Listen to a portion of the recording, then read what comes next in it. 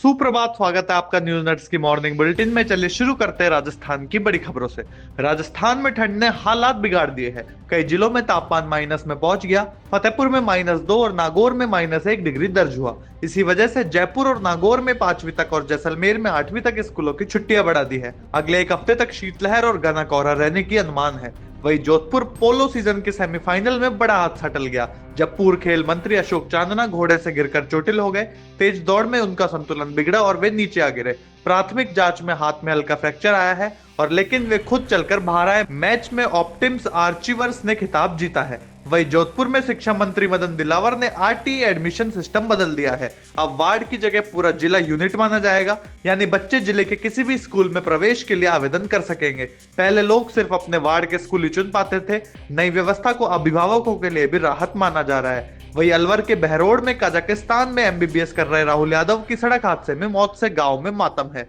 6 जनवरी को हुए एक्सीडेंट में वे गंभीर घायल हुए थे और 9 जनवरी को इलाज के दौरान उन्होंने दम तोड़ दिया। रविवार सुबह जब पार्थिव शरीर गांव पहुंचा तो हर तरफ गम का माहौल था। परिवार वालों ने नेताओं पर मदद न करने का आरोप लगाया है।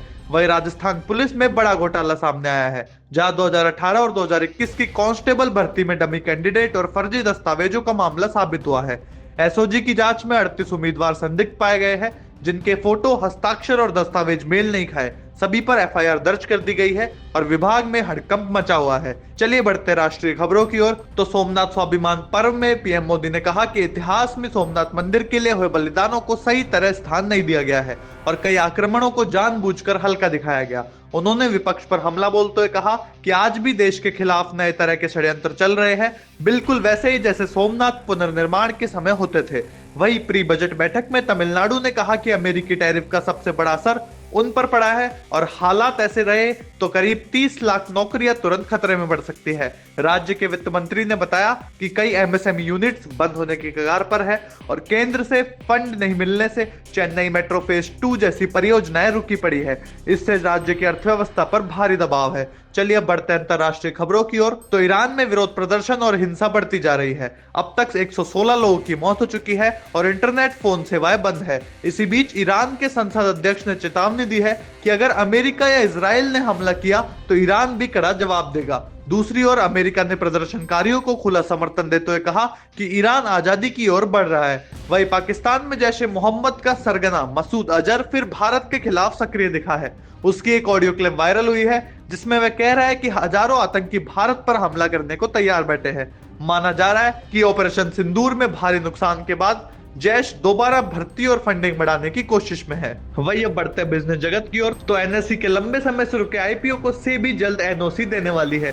सेबी प्रमुख ने कहा कि प्रक्रिया अंतिम चरण में है और एनओसी इसी महीने मिल सकती है। उसके बाद एनएसई को लिस्टिंग में करीब 8 से 9 महीने लगेंगे, इसलिए आईपीओ 2026 में आने की संभावना है। यह मामला करीब 10 साल से अटका हुआ था। वही एनटीपीसी ने महाराष्ट्र की पावर जनरेशन कंपनी के साथ मिलकर 3800 करोड़ रुपए में सिन्नार थर्मल पावर प्लांट खरीदने का निर्णय लिया है। यह 1350 मेगावाट का बड़ा कोयला आधारित प्लांट है। डील पूरी होने पर एनटीपीसी ग्रुप की कुल क्षमता करीब 87,000 मेगावाट तक बढ़ जाएगी, जिस पर अब निवेशकों की नजरें हैं। वही अब बढ़ते खेल जगत की ओर। तो वडोदरा वनडे में भारत ने न्यूजीलैंड को 4 विकेट से हराकर सीरीज में 1-0 की बढ़त बना ली है।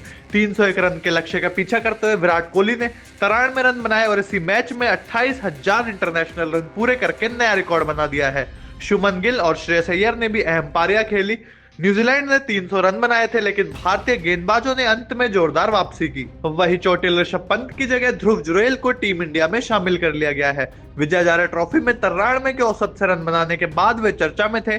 पंत नेट सेशन में गेंद लगने से साइड स्ट्रेन के कारण सीरीज से बाहर हो गए हैं। वही अब बढ़ते हैं एंटरटेनमेंट जगत की ओर। तो महाकुंभ में वायरल होने के बाद मोनालिसा अब बड़े पर्दे पर डेब्यू कर रही है। उनकी film the diary of Manipur का पहला पोस्टर रिलीज हो चुका है, जिसे उत्तराखंड के सीएम पुष्कर सिंह धामी ने रिलीज किया। इवेंट में पूरी स्टार कास्ट मौजूद रही और अब फैंस ट्रेलर व रिलीज डेट का इंतजार कर रहे हैं।